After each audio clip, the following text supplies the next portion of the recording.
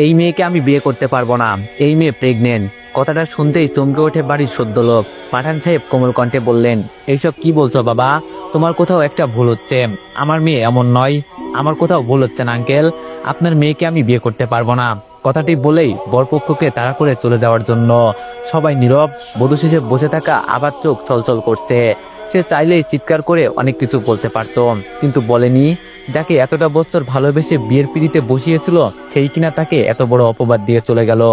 যেই মেয়ে আজ অব্দি কারোর হাত ছুঁয়ে দেখেনি, সেই কিনা আর কিছু ভাবতে পারলো না। আভা বসে পড়লো ফ্লোরে, ঝাপসা তোকে আনমনে তাকিয়ে আছে। পাঠান সাহেব স্তব্ধ। রাত্রি বাবার কাছে গিয়ে বলল, বাবা তোমার মনে হয় আভা এমন? জবাব দিলেন না পাঠান সাহেব। দুটো মেয়েকে বেশ ভালোভাবেই ভালো শিক্ষা দিয়েই বড় করেছেন তিনি। একটু আগেই সব কথাগুলো মাথার উপর দিয়ে গেল মনে হচ্ছে। তখনই আভার মামা রাফসান চৌধুরী বললেন, আমার ছেলে তাশরিফ করবে আভাকে বিয়ে। পাঠান সাহেব অবাক হয়ে কাছে আসলেন রাফসান চৌধুরীর কাছে। তারপর বললেন, এসব কি বলছেন ভাইজান? রাফসান চৌধুরী বললাম, হ্যাঁ তাশরিফ করবে আমাকে বিয়ে। তাশরিফ এই দিকে আসো। এক কোনায় দাঁড়িয়ে থাকা তাশরিফ বাবার কথাই হতবাক। কি বলছে তার বাবা? সে আমাকে বিয়ে করবে? সে তো গ্রামে আসতেই চায়নি। তার বাবা বেশ কয়েকবার বলার পর হসপিটাল থেকে ছুটি নিয়ে আবার বিয়েতে এসেছিল। তাশরিফ স্বাভাবিক কণ্ঠে বলল, এসব কি বলছো বাবা? হুট করে আমি আমাকে বিয়ে করব? রাফসান চৌধুরী বলল, হ্যাঁ করবে। এই বাড়ির মান সম্মান এখন তোমার হাতে। তাশরিফ তাকালো আভার দিকে। আভা কথা বলছে না, তার দৃষ্টি অন্যদিকে। তার ফুফু অশ্রু চোখে তাকিয়ে আছে তার দিকেই। তাশরিফ কিছু একটা ভেবে বলল, আমি আভাকে বিয়ে করব। একটু আগেই তাশরিফ আর আভার বিয়ে হয়ে গেল। চোখে পানি টলমল করছে রাত্রির। সে তাশরিফকে পছন্দ করত। তাশরিফের জন্যই সে এতদিন কাউকে বিয়ে করছে না। পড়াশোনা করব বলে বিয়ে থেকে নিজেকে দূরে সরিয়ে রেখেছে। তখনই বিছানা থেকে উঠে বসে সে চোখের পানি মুছে নিজেই নিজেকে বলল, যা হবার ছিল তাই হয়েছে।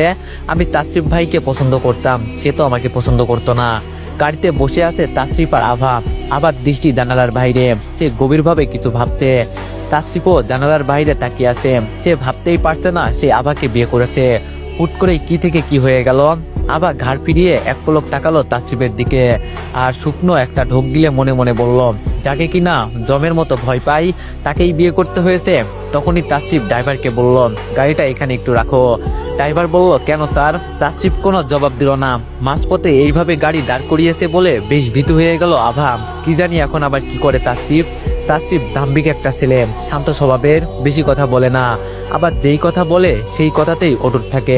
তার চেহারায় সবসময় রাগি রাগি একটা ভাব থেকেই যায়। কিছুক্ষণের মধ্যে তাশরিফ ফিরে আসে। আবার দেখলো হাতে খাবার। তাশরিফ বলল, চলুন। তাশরিফ আবার দিকে না তাকিয়েই খাবারের প্যাকেটটা আবার দিকে এগিয়ে দিয়ে বলল, খাবারটা খেয়ে নে। হকচকিয়ে ওঠে আভা। সে সত্যি কি কথাটা শুনেছে নাকি স্বপ্ন দেখছে? তাশরিফ বিরক্ত হয়ে তাকালো আবার দিকে। তারপর বলল, কি বলছি শুনতে পাসনি? সঙ্গে সঙ্গে আবার চট করে তাশরিফের হাত থেকে খাবারের প্যাকেটটা নেয়। নয়তো কখন ধমক দিয়ে বসবে কে জানে। তাশরিফ গম্ভীর মুখ নিয়ে তাকিয়ে আছে বাইরে। সেই দিকে তাকিয়েই আভাকে বলল, খাবারটা হাতে সাজিয়ে রাখার জন্য আনিনি, খাবার জন্য এনেছি। আভা বলল, আমার খিদে পাইনি। তাশরিফ তাকায় আভার দিকে।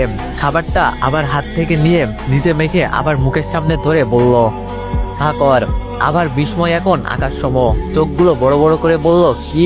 তাশরিফ আবার দুই গাল চেপে হা করিয়ে আবার মুখে খাবার ভরে দেয়। তারপর মিনমিনিয়ে বলল, ডক্টর তাশরিফ চৌধুরী খুব ভালো করেই জানে কিভাবে রোগীকে খাওয়াতে হয়। দাঁড়াও, খবরদার এই বাড়ির চৌকাট পেরোবে না।